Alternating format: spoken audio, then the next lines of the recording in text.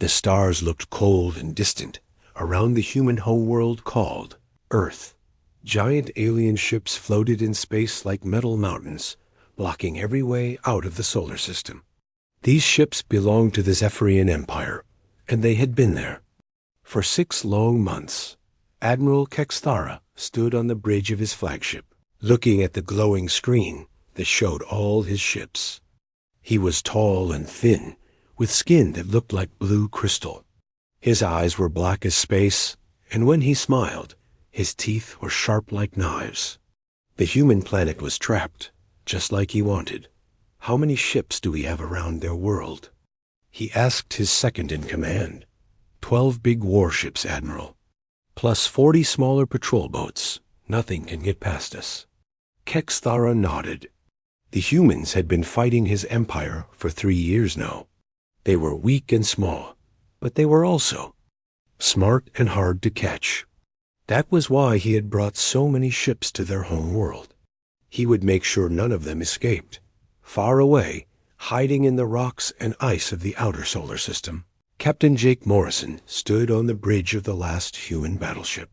The ship was called the USS Defiance, and it was not pretty to look at. Parts of it were made from old cargo ships. Other parts came from destroyed alien vessels. The whole thing was held together with steel plates, and Hope Jake was a tall man with brown hair and tired eyes. He had been fighting the aliens for 2 years, and it showed on his face. He wore a blue uniform that was clean but old. On his shoulder was a patch that showed the Earth, but it was faded now.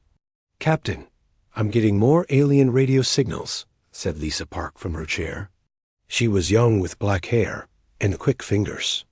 She could understand the alien language better than most humans. "They're talking about patrol routes again." "What are they saying?" Jake asked. "The big ships are staying in the same places, but the small patrol boats are moving in circles around the solar system. They change their pattern every 4 hours." Jake looked at the big screen on the wall. It showed a map of space around Earth. Red dots marked where the alien ships were. There were so many red dots that the screen looked like it was bleeding. "How long since anyone got past them?" he asked. 6 months, sir. The last ship that tried was the cargo vessel New Hope. The aliens destroyed it before it got halfway to the edge of the system." Jake felt heavy in his chest. The New Hope had been carrying 500 people trying to escape to the free worlds. Now they were all dead, turned to dust by alien weapons. In the engine room deep inside the ship, Sam Rodriguez worked with his hands covered in grease and sweat. He was a short man with strong arms and a beard that was turning gray. Around him, machines hummed and sparked. The air smelled like hot metal and electricity. "How much longer until it's ready?" asked Emma Collins. She was the ship's navigator, a woman with red hair and green eyes. She was good with numbers and star charts. "Maybe 2 more hours, Sam said, not looking up from his work. "This stealth machine is crazy. We took it from a broken alien ship, but we don't really know how it works." The stealth device was their only chance. It was supposed to make the ship invisible to alien sensors, but it was also dangerous. The power it needed was more than their ship was built to handle. "Will it work?" Emma asked. Sam wiped his hands on a dirty cloth. "I don't know. Maybe. The aliens use it on their small scout ships, but our ship is much bigger. It might tear itself apart." Back on the bridge, Jake looked at his crew. There were only 38 people left on the whole ship. Most of them were young. Some were old. All of them knew this might be their last mission. "Listen up, everyone," Jake said. His voice was calm but strong. "We all know why we're here. The aliens have our world surrounded. No one has gotten past them in 6 months, but we have something they don't expect." He pointed to the screen. "Intelligence says there's a weakness in their command system. If we can get this information to the coalition worlds, they might join the war against the Empire." That could save Earth and every other world the aliens want to conquer. Dr. Ryan Mitchell sat in the medical bay, checking his supplies. He was a thin man with gentle hands and sad eyes. He had been a doctor on Earth before the war started. Now, he fixed broken people on a broken ship. "How many wounded can you handle?" asked Alex Turner, the ship's weapons officer. Alex was young and angry, with scars on his face from an alien attack on his home colony. "Maybe 10 at once," Ryan said. "But if we take heavy damage, I won't be able to save everyone." "We'll try not to get shot," Alex said, but his smile was not happy. The alien patrol ships moved through space like sharks in dark water. Their hulls were smooth and black, and they carried weapons that could melt steel. The patrol captains were careful and mean. They had learned to respect human tricks. Captain Veltar commanded one of the patrol ships. He was paranoid and smart, which made him dangerous. His ship had the best sensors in the fleet, and he used them to check every piece of space dust that moved wrong. "Sir, I'm detecting something strange in Sector 7, his sensor officer reported. "What kind of strange?" Veltar asked. "Hard to say. Maybe just cosmic radiation. But the pattern is a little odd." Veltar's eyes narrowed. "Take us." There, full sensor sweep. On the Defiance, alarms started to ring softly. Lisa Park looked at her screen with worry. "Captain, one of their patrol ships is coming this way." "It's the one with the good sensors." Jake felt his heart beat faster. "How long until our stealth system is ready?" 20 minutes, Sam's voice came over the radio from the engine room. "How long until they reach us?" 15 minutes. The bridge was quiet, except for the hum of machines. Everyone knew what those numbers meant. The aliens would find them before they could hide. "Options?" Jake asked. "We could run," Kama said, "but they're faster than us." "We could fight," Alex said, "but they have more guns." "We could surrender," Lisa said quietly. "No," Jake said. "We don't surrender." "Sam, can you make that stealth system work in 10 minutes?" "I can try, Captain, but it might explode." "Better than getting caught."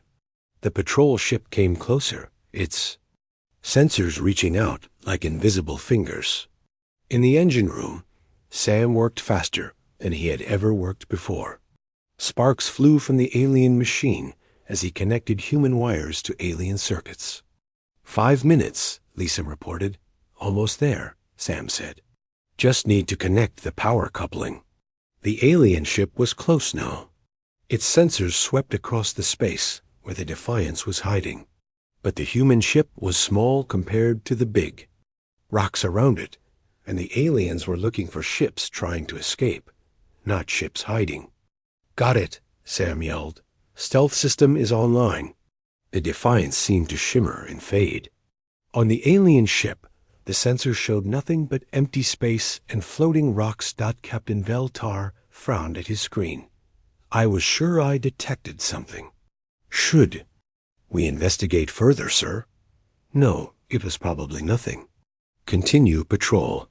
The alien ship turned away, leaving the invisible human battleship alone in the dark. Jake let out a breath he had been holding. "That was close," he said. "Too close." Emma agreed. "The stealth system is working," Sam reported. "But it's using a lot of power. We can't keep it running forever." Jake looked at the star map again. The red dots were still there, waiting. But now they had a chance. A small chance, but it was better than nothing. "Set course for the edge of the system," he ordered. "We're going to break through that blockade."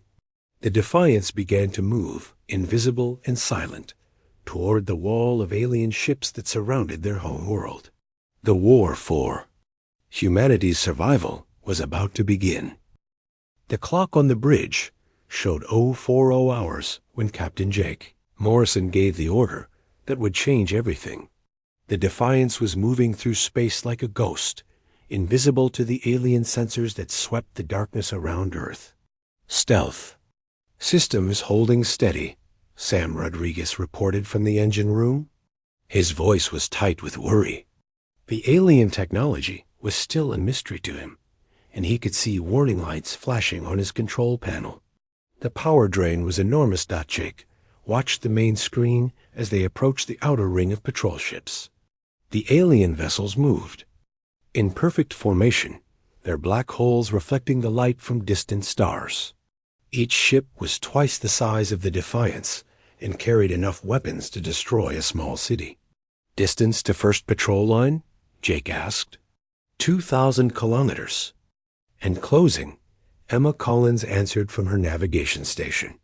She had been calculating that path for hours, looking for the smallest gaps in the alien formation. We should reach the first checkpoint in 10 minutes. Lisa Park pressed her headphones closer to her ears. The alien radio chatter was constant, a mix of patrol reports and status updates. She had learned their language during the long months of war, and now she could understand every word. "Captain, they're talking about shift changes," she said. "The patrol ships rotate every 4 hours. When they change positions, there are small gaps in their coverage." "How small?" Jake asked. "Maybe 30 seconds. And the gaps are only a few. 100 meters wide." Alex Turner shook his head. "That's not much room for a ship this size." "It's what we have," Jake said. "Emma, can you plot a course through those gaps?" Emma's fingers moved quickly over her controls. Numbers and lines appeared on her screen as she calculated speed, distance, and timing. "It's possible, but we'll need perfect timing. 1 second too early or too late, and we'll fly right into them." In the medical bay, Dr. Ryan Mitchell prepared for the worst. He had seen too many battles, too many good people torn apart by alien weapons. His hands shook slightly as he arranged his surgical tools. The ship's medical supplies were limited, and he knew that once they started fighting, people would die. The first patrol ship appeared on their sensors like a sleeping giant. It was a Zephyrian destroyer, sleek and deadly, with weapons that could track a target across half the solar system. The crew of the Defiance held their breath as they passed within 500 meters of its hull. "Sensors are painting us," Alex reported, his voice barely a whisper. "They're doing a routine sweep." The alien sensors reached out like invisible, hands touching every part of space around them. The stealth system held, but Jake could see the strain it was putting on their power systems. Red lights blinked on the engineering displays as the generators pushed beyond their safe limits. "We're through the first line," Emma said with relief. But there were more lines ahead. The aliens had arranged their ships in layers, each one covering the gaps in the next. It was like trying to walk through a forest of deadly trees, each one ready to kill them if they made the slightest mistake. Captain Veltar sat in his command chair, watching the sensor displays with suspicious eyes. Something felt wrong, but he couldn't put his finger on what it was. His ship was part of the second patrol line, and he had the best sensors in the fleet. "Run a deep scan of Sector 12, he ordered. "Sir, we just scanned that area 20 minutes ago." "I said run it again." The sensors reached out, probing the empty space with invisible beams. For a moment, they touched something solid, something that shouldn't be there. But the reading was so faint that it could have been a piece of space debris or a small asteroid. "Anything?" Veltar asked. "Negative, sir. Just background radiation." Veltar frowned. His instincts had kept him alive through a dozen battles, and they were screaming at him now.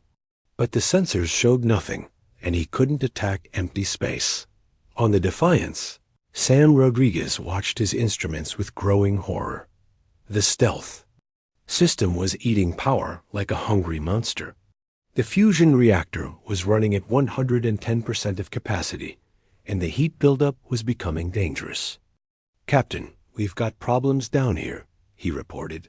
"The stealth system is overloading our power grid. I'm getting cascade failures in the secondary systems." "Can you fix it?" Jake asked. I'm trying, but this alien technology doesn't play nice with our equipment. It's like trying to run a sports car on moonshine. The ship shuddered as another power coupling blew out. Sparks flew from the wall panels, and the lights flickered. In the darkness between the flickers, the crew could see the alien ships outside, close enough to touch. "We're at the second patrol line," Emma reported. "This is where it gets tricky." The second line was different from the first. The ships were closer together, and they moved in unpredictable patterns. The captain in charge of this sector was known for his paranoia, and he changed his patrol routes every few hours. "I'm seeing the gap," Emma said. "It's smaller than I. Calculated, maybe 20 meters on each side." Jake felt sweat on his forehead. 20 meters was nothing for a ship the size of the Defiance. One small mistake, and they would scrape against an alien hull, giving away their position. "Take us through," he ordered. The Defiance slipped between two alien cruisers like a mouse running between sleeping cats. The hulls of the enemy ships passed by on both sides, so close that Jake could see the weapon ports and sensor arrays. He could even see alien crew members moving behind the windows of their bridge. "We're through," Emma whispered, but their celebration was short-lived. Behind them, alarms began to sound on the alien ships. Someone had detected something, even if they didn't know what it was. "They're going to active sensor mode," Lisa reported. "All ships in this sector are powering up their deep scan arrays." Active. Sensors were much more powerful than passive ones. They could penetrate most stealth systems, even alien ones. If the Zephyrians used them, the Defiance would be exposed like a light bulb in a dark room. "How long until they're ready?" Jake asked. 3 minutes. "How long until we're out of their range?" 5 minutes. The math was simple and terrifying. The aliens would find them before they could escape. Jake looked around the bridge at his crew. They were all young, all brave, and all about to die unless he could think of something clever. "Sam, can you give me more speed?" "I'm already pushing the engines past their limits, Captain. Any more, and they'll explode." "Alex, what about our weapons?" "We've got some plasma torpedoes and a few missile pods. But against this many ships, we might as well be throwing rocks." Jake closed his eyes and thought. There had to be a way out. Humans had survived this long because they could adapt, because they could think of solutions that no one else would try. "Lisa, are you still monitoring their communications?" "Yes." "Sir, what are they saying about the active sensors?" Lisa listened for a moment. "They're coordinating the sweep. All ships are going to scan at the same time to make sure they don't miss anything." "What about their supply convoy? The one that was supposed to arrive today?" "They're still waiting for it. The convoy is running late because of problems with their jump drive." Jake opened his eyes. "That's it. Emma, plot a course toward the convoy's arrival point." "Sir, that's in the opposite direction from where we want to go. Trust me." The Defiance changed course, moving away from the edge of the system and toward the point where the alien supply ships would arrive. It seemed like madness, but Jake had an idea.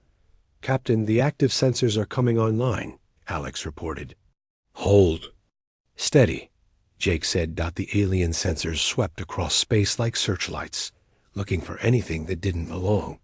The stealth system held for a few seconds and began to fail. Warning lights flashed all over the bridge as the alien technology started to break down. "They're going to find us," Sam said. "Not if we're lucky," Jake replied. At that moment, space tore open like a wound, and the Zephyrian supply convoy dropped out of hyperspace. 5 massive cargo ships appeared in a flash of light, their arrival sending out waves of energy that scrambled every sensor in the area. Defiance rode the wave of interference like a surfer on a giant wave. The alien sensors couldn't see through the chaos, and by the time the energy settled, the human ship was gone. "We're through," Emma said, her voice full of amazement. "Not yet," Jake said. "We still have to get past the main battle line." Ahead of them, the real challenge waited. The Zephyrian dreadnoughts hung in space like metal gods, their hulls bristling with weapons that could destroy planets. Admiral Kexthar's flagship was there, the most powerful ship in the alien fleet. "Captain," Lisa said, "I'm picking up a transmission from the flagship. They know something got through the patrol lines." "What are they saying?" "They're organizing a search. Every ship in the fleet is going to hunt for us." Jake nodded. They had made it this far, but the hardest part was still ahead. The main battle line was where the real fighting would begin. "All hands, prepare for combat," he announced over the ship's intercom. "We're about to find out what we're really made of." The Defiance moved forward into the darkness, its crew ready to face whatever came next.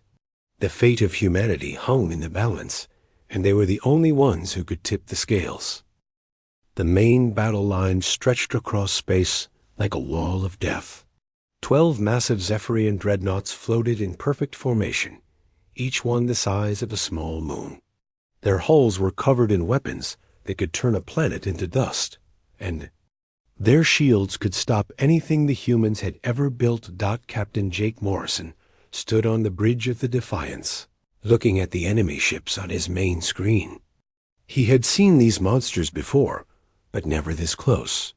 The flagship in the center was the biggest of all, its hull gleaming with alien metal that seemed to drink in the light from the stars. "That's the Eternal Dominion," Alex Turner said, pointing. "At the flagship, Admiral Kexthar's personal ship. It's got more firepower than our entire fleet had before the war."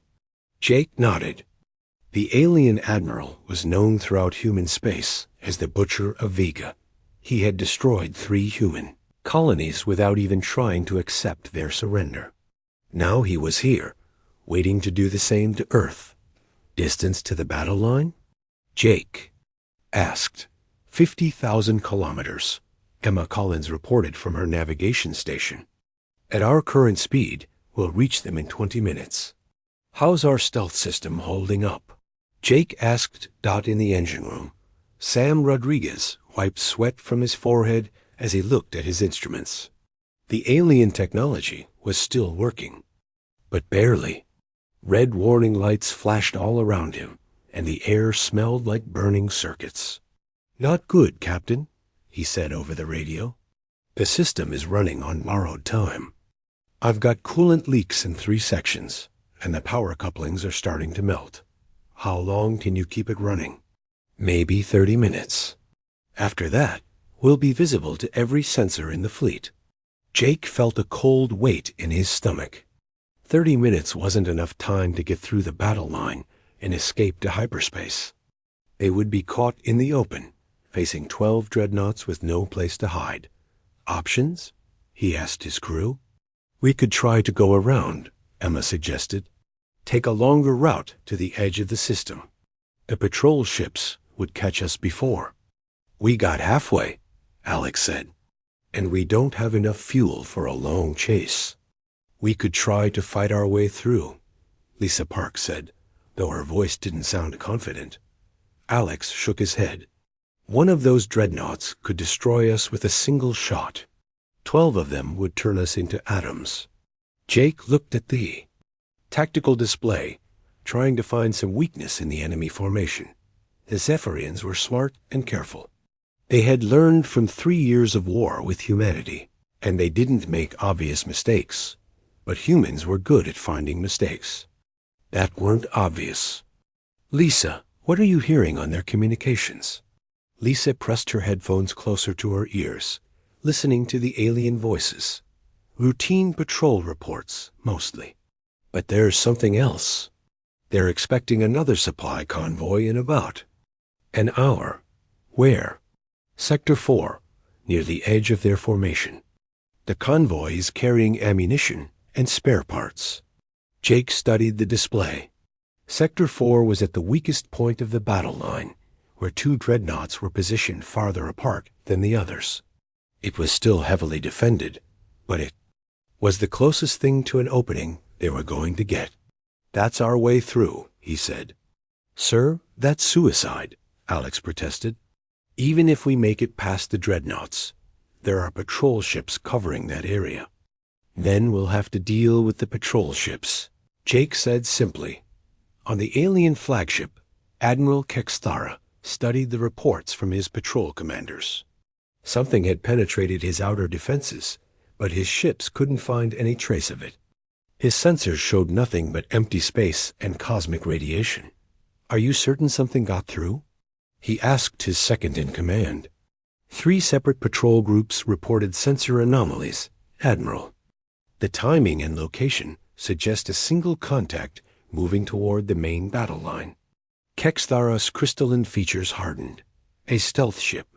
The humans have finally perfected their stolen technology. Should we go to alert status?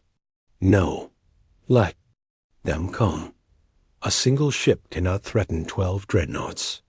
We will destroy it when it reveals itself. The Defiance moved closer to the battle line, its crew working frantically to keep the ship running. In the medical bay, Dr. Ryan Mitchell prepared for casualties. He had already treated 5 crew members for radiation exposure from the failing stealth system. "How many wounded can you handle if we take heavy damage?" Jake asked over the intercom. "Maybe 8 or 10 at once," Ryan replied, "but I'm running low on everything. Medical supplies, painkillers, even basic bandages." "Do your best, Doc. That's all any of us can do." The first dreadnought appeared on their sensors, like a mountain of metal and death. Its hull was covered in weapon ports, each one capable of destroying a city. Energy crackled between its shield generators, creating a barrier that no human weapon could penetrate. "Passing the first dreadnought," Emma reported. "Distance 2,000 meters. The alien ship was so massive that it blocked out the stars. The Defiance passed along its hull like a tiny fish swimming past a whale. Jake could see alien crew, members moving behind the windows of the ship's bridge, unaware that their enemy was so close. "Second dreadnought coming up," Emma said. This one was different. Its sensors were more active, sweeping space in overlapping patterns. The stealth system flickered as the alien beams passed over them, and sparks flew from the overloaded circuits. "There, getting a weak reading," Lisa reported. "The sensor operator is reporting an anomaly." On the alien bridge, a junior officer stared at his screen in confusion. "Sir, I'm detecting something in grid 77 Alpha. It's very faint, but it's there." The ship's captain, a veteran named Zorthek, looked at the display. "Probably just space debris from the asteroid belt. Log it and continue scanning." "Yes, sir." The Defiance slipped past the second dreadnought, but their stealth system was failing. Fast, smoke began to pour from the walls as circuits overloaded and burned out. The ship's lights flickered, and the air grew hot and thick. "We're losing stealth," Sam reported. "The system is collapsing. I can't hold it together much longer." "How long?" Jake asked. 5 minutes, maybe less." They were still 10 minutes away, from the edge of the battle line. The math was simple and deadly. They would be exposed long before they could escape. "All hands, prepare for combat," Jake announced. "We're about to be discovered." Alex Turner powered up the ship's weapons, though he knew they were no match for what they were facing. The Defiance carried 6 plasma torpedoes and a handful of missile pods. Against 12 dreadnoughts, they might as well be throwing stones. "Weapons ready," he reported. "Emma, plot an evasive course. When they find us, we'll need to move fast." "Already done, Captain." The stealth system failed completely as they approached the third dreadnought. The Defiance suddenly appeared on every sensor screen in the fleet, as clear as a star in the darkness. Alarms began to sound throughout the alien fleet. On the flagship, Admiral Kexthara watched as the human ship materialized on his tactical display. "There," he said with satisfaction. A human battleship running for the edge of the system, Orders, Admiral? Destroy it. Use everything we have. The alien dreadnoughts turned slowly toward the Defiance, their massive weapon systems charging with deadly energy. The smaller patrol ships accelerated rapidly, moving to surround the human vessel. Here they come, Alex said, watching the tactical display fill with red symbols. The first shots came from the patrol ships. Beams of plasma and streams of particles reached out across space, trying to catch the fleeing human vessel. The Defiance twisted and turned, its hull groaning under the stress of high-speed maneuvers. Return fire, Jake ordered the human ships. Weapons spoke, sending torpedoes and missiles toward the nearest patrol ship. The alien vessel's shields flared as the weapons struck, but they held against the assault. No effect, Alex reported. Their shields are too strong. More shots came from the dreadnoughts, massive beams of energy that could crack a moon in half. The Defiance rolled and dove, trying to stay ahead of the destruction that followed in its wake. Hull breach on Deck 7, Ryan reported from the medical bay. I've got 3 wounded down here. Seal the breach, Jake ordered. We can't afford to lose pressure. The running battle continued as the human ship fled toward the edge of the system. The aliens had superior numbers, better weapons, and stronger shields. But the Defiance had something they didn't expect. Lisa, are you still monitoring there? Communications? Yes, sir. They're coordinating their attack. The Admiral is ordering all ships to focus fire on us. What about that supply convoy? It's still coming. Should arrive in 10 minutes. Jake smiled grimly. Emma, change course toward the convoy's arrival point. Sir, that's taking us deeper into their formation. I know. Trust me. The Defiance changed direction, diving toward the heart of the alien fleet. The enemy commanders were confused by the sudden change in course, but they adjusted their fire to follow the human ship. They're hurting us, Alex said, driving us toward the dreadnoughts. Let them, Jake said. The space around the convoy's arrival point began to shimmer and twist. The alien supply ships were coming, tearing a hole in space-time as they dropped out of hyperspace. Here they come, Emma said. 5 massive cargo ships appeared in a flash of light, their arrival sending shock waves through space. The energy from their hyperspace jump scrambled every sensor in the area and disrupted the targeting systems of the attacking. The Eternal Dominion moved through space like a giant predator chasing its prey. Admiral Kexthara stood on the bridge of his flagship, watching the human ship flee toward the edge of the system. His crystalline features were twisted with rage and disbelief. How did they get past us? He demanded, his voice echoing through the command center. 12 dreadnoughts, 40 patrol ships, and a single human vessel breaks through our lines. His second-in-command, Commander Yexino, studied the tactical display. Their stealth system was more advanced than we expected, Admiral. It appears they have been studying our technology. Impossible. Humans are too primitive to understand our quantum stealth generators. Yet they did understand it, sir. Somehow. Kexthara's black eyes narrowed. It doesn't matter. We will destroy them before they can escape. All ships, maximum pursuit speed. The alien fleet surged forward, their engines burning bright against the darkness of space. But the Eternal Dominion was the fastest, its massive bulk moving with surprising grace as it closed the distance to the fleeing human ship. On the Defiance, Captain Jake Morrison watched the tactical display with growing concern. The alien flagship was gaining on them, and their own engines were already pushed to the breaking point. How much faster can we go? He asked. Sam Rodriguez's voice crackled over the intercom from the engine room. We're already at 100. And 20% of safe speed, Captain. Any more, and the fusion reactors will go critical. How long until they're in weapons range? At current speed, maybe 90 seconds. Alex Turner reported from his weapons station. Their quantum torpedoes have a range of 50,000 kilometers. Jake felt sweat on his forehead. 90 seconds wasn't much time to think of a miracle. Behind them, the most powerful ship in the alien fleet was closing in, and ahead of them was nothing but empty space. Distance to the hyperspace jump point? He asked. 180 seconds at current speed. Emma Collins answered from navigation. We're not going to make it. The bridge fell silent, except for the hum of overworked machinery. Everyone knew what those numbers meant. The aliens would catch them before they could escape, and the Defiance would be destroyed, along with the vital intelligence they carried. Options? Jake asked.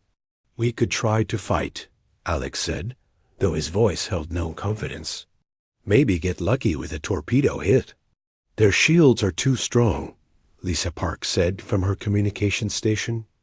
I've been monitoring their power levels. It would take everything we have just to scratch their hull. What about evasive maneuvers? Emma suggested.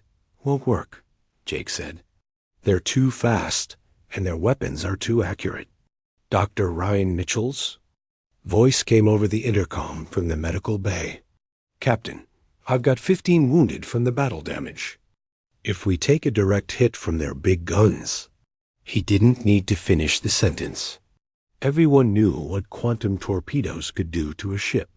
There wouldn't be enough left to identify, let alone treat.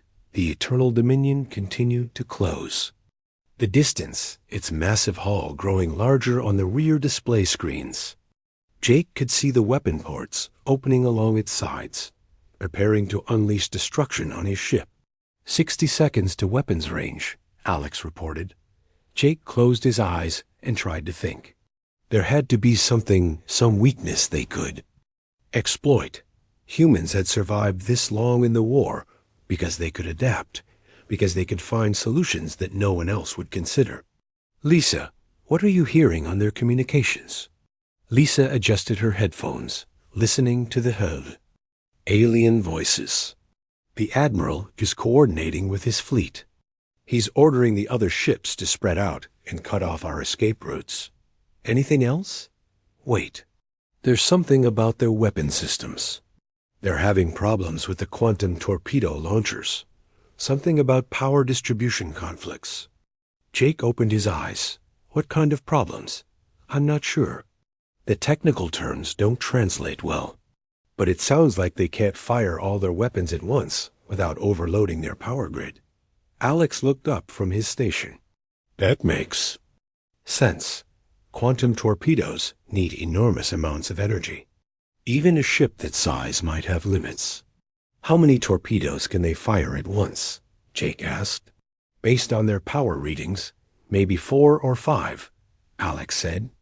But that's still enough to destroy us 10 times over.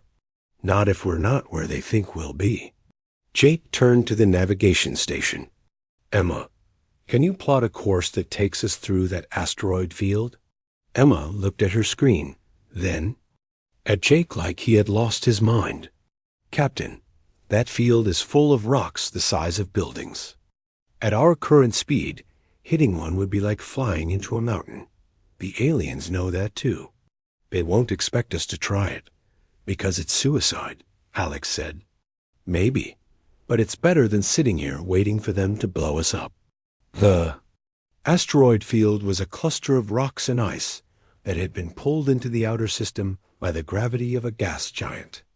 Most of the asteroids were small, but some were huge, spinning slowly through the darkness like ancient mountains. 30 seconds to weapons range, Alex announced. Do it, Jake ordered. Take us into the field. Emma's hands moved over her controls, changing their course toward the spinning rocks. The Defiance dove toward the asteroid field like a bird seeking shelter in a forest of stone. Behind them, Admiral Kexthara watched the human ship's course change with surprise. What are they doing? They're heading for the asteroid field, sir. His sensor operator reported. Fools. They'll be crushed like insects. Should we follow them? Kexthara considered for a moment. The Eternal Dominion was much larger than the human ship, and the asteroids posed a real danger to his vessel. But he couldn't let them escape. Maintain pursuit, but reduce speed. We'll pick them off when they try to come out the other side. The Defiance plunged into the asteroid field like a needle threading through a maze of spinning death. Rocks the size of city blocks drifted past the ship, some close enough to scrape the hull.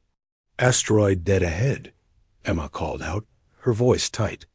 With concentration dock, the ship rolled to the left, barely missing a chunk of ice and metal that would have crushed them instantly. The artificial gravity struggled to keep up with the violent maneuvers, and loose objects crashed around the bridge. "This is insane," Alex muttered, gripping his console as the ship twisted between two massive rocks. "It's working," Jake said. "The flagship is having trouble following us." On the Eternal Dominion, Admiral Kexthara watched his ship's progress through the asteroid field with growing frustration. The massive dreadnought was too big to follow the same path as the human vessel, and its sensors were having trouble tracking the smaller ship through all the floating debris. "Where are they?" he demanded. "Lost contact, sir. Too much interference from the asteroids. Find them." The alien ship moved slowly through the field, its weapons ready, but unable to lock onto a target. The Defiance was somewhere ahead of them, hidden among the rocks like a mouse in a pile of boulders. "There," the sensor operator called out. "Contact bearing 27 Mark IV. The flagship's weapons swiveled toward the target, quantum torpedoes charging in their launchers. But as they prepared to fire, the contact vanished again behind another asteroid dot. The chase continued through the field, with the human ship darting between rocks, while the alien flagship struggled to keep up. The Defiance was faster and more maneuverable, but the Eternal Dominion had better sensors and more powerful weapons. "How much longer until we clear the field?" Jake asked. 2 minutes, Emma said, sweat beading on her forehead as she navigated between the spinning rocks. "The flagship is gaining on us," Alex reported.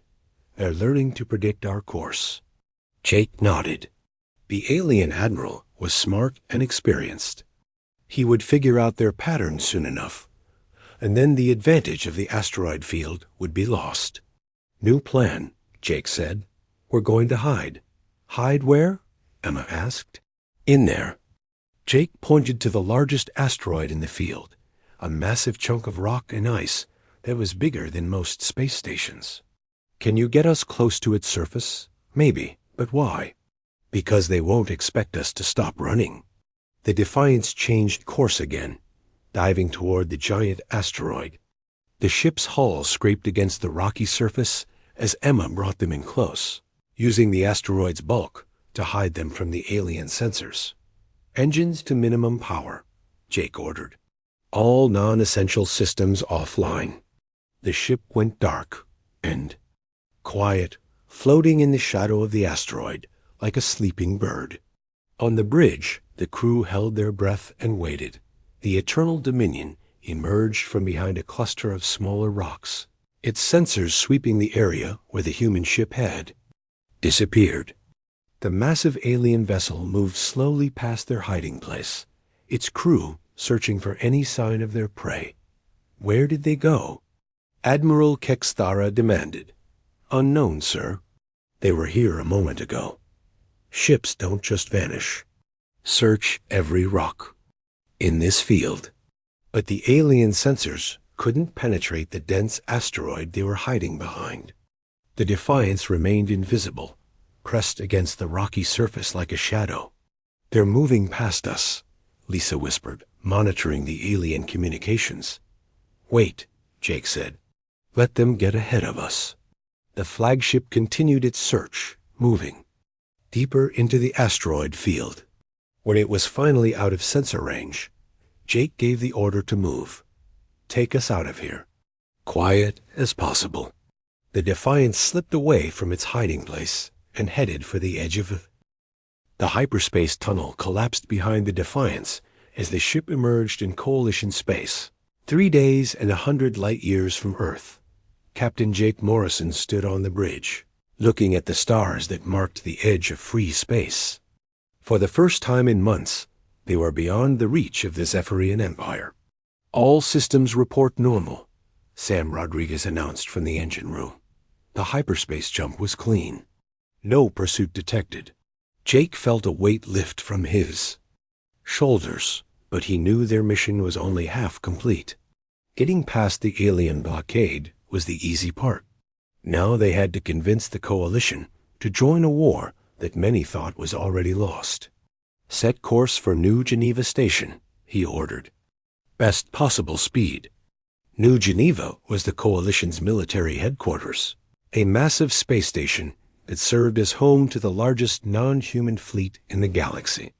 If anyone could stand against the Zephyrian Empire, it would be the Coalition worlds. The journey took 2 days, during which time Dr. Ryan Mitchell worked around the clock to treat the wounded. 15 crew members had been injured during their escape, and 3 were in critical condition. The ship's medical bay was overcrowded, but Ryan refused to give up on anyone. "How are they doing?" Jake asked during one of his visits to the medical bay. "They'll live," Ryan said, exhaustion clear in his voice. "But we came close to losing Henderson. That plasma burn nearly cooked him alive." Jake nodded, looking at the young engineer who lay unconscious on the medical table. Henderson was barely 20 years old, fresh out of the academy when the war started. Now he was scarred and broken, like so many others. "He's a tough kid," Jake said. "They all are. That's the only reason any of us are still alive." New Geneva. Station appeared on their sensors like a small city floating in space. The station was enormous, with docking bays for thousands of ships and living quarters for millions of beings. It was also heavily defended, with weapon platforms and shield generators that could hold off a fleet. "Incoming transmission from station control," Lisa Park reported. "Put it through." A holographic image appeared on the main screen, showing a tall humanoid with blue skin and silver eyes. Commander Velther of the Coalition Defense Force looked tired, as if he had been fighting this war for decades instead of years. Captain Morrison of the human vessel Defiance. "We received your emergency beacon. What is your status?" "We carry intelligence about the Zephyrian Empire, Commander. Information that could change the course of the war."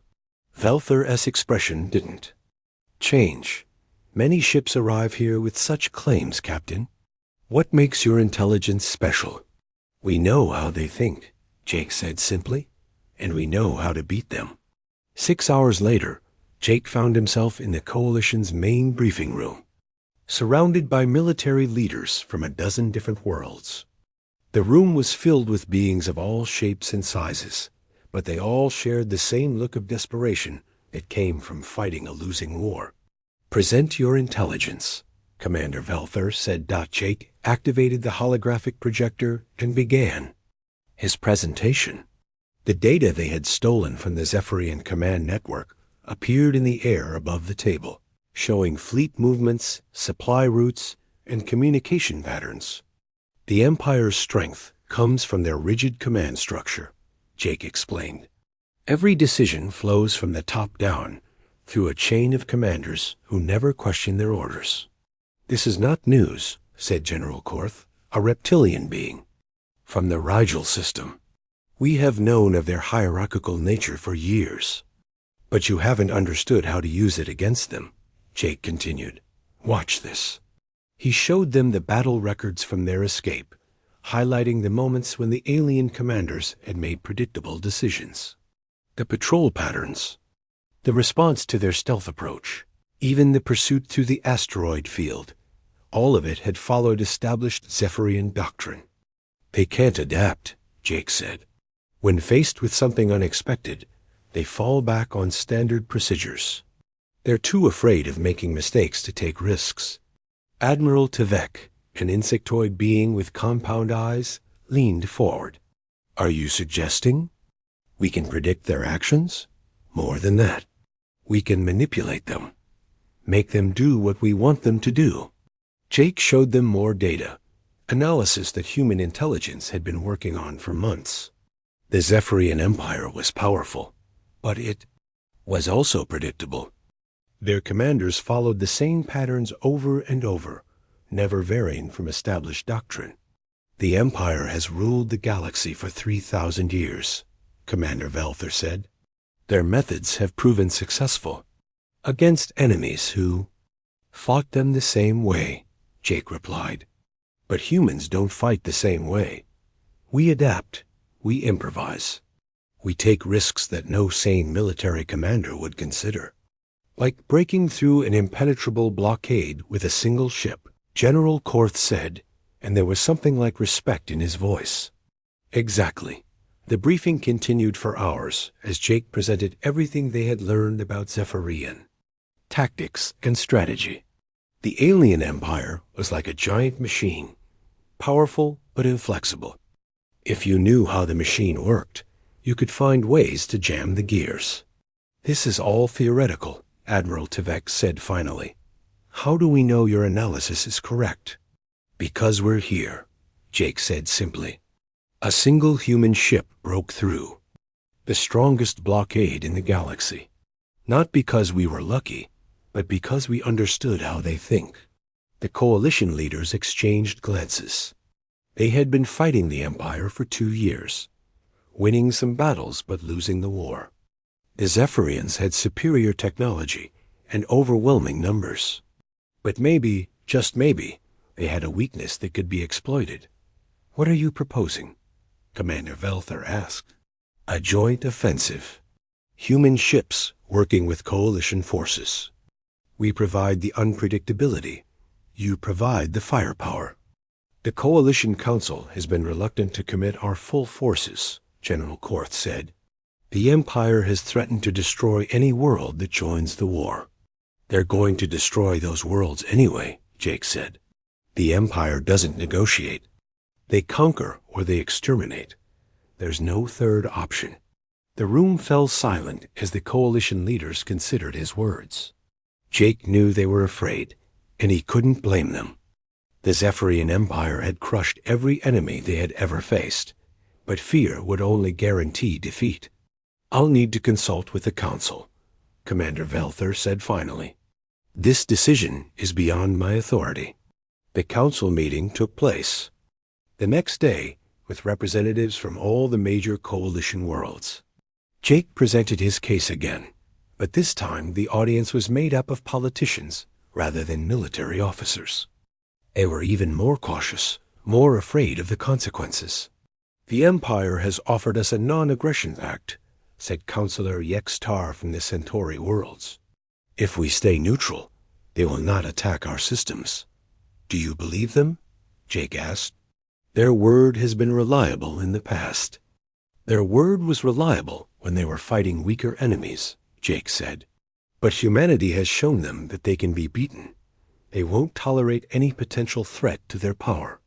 One ship breaking through a blockade is hardly a defeat. Councillor Yextar replied. It is to them, Jake said. The Empire's power comes from fear.